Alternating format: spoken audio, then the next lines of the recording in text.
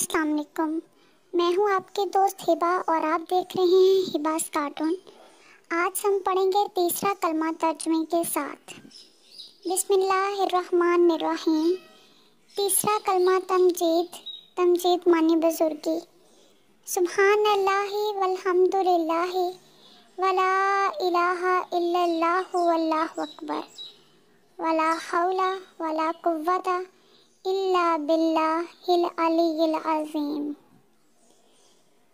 پاک ہے اللہ اور تمام تعریفیں اللہ ہی کے لیے ہیں، اور اللہ کے سوا کوئی معبود نہیں، اور اللہ بہت بڑا ہے، اور گناہوں سے بچنے کی طاقت اور نیک کام کرنے کی قوت اللہ ہی کی طرف سے ہے، جو عالی شان اور عظمت والا ہے۔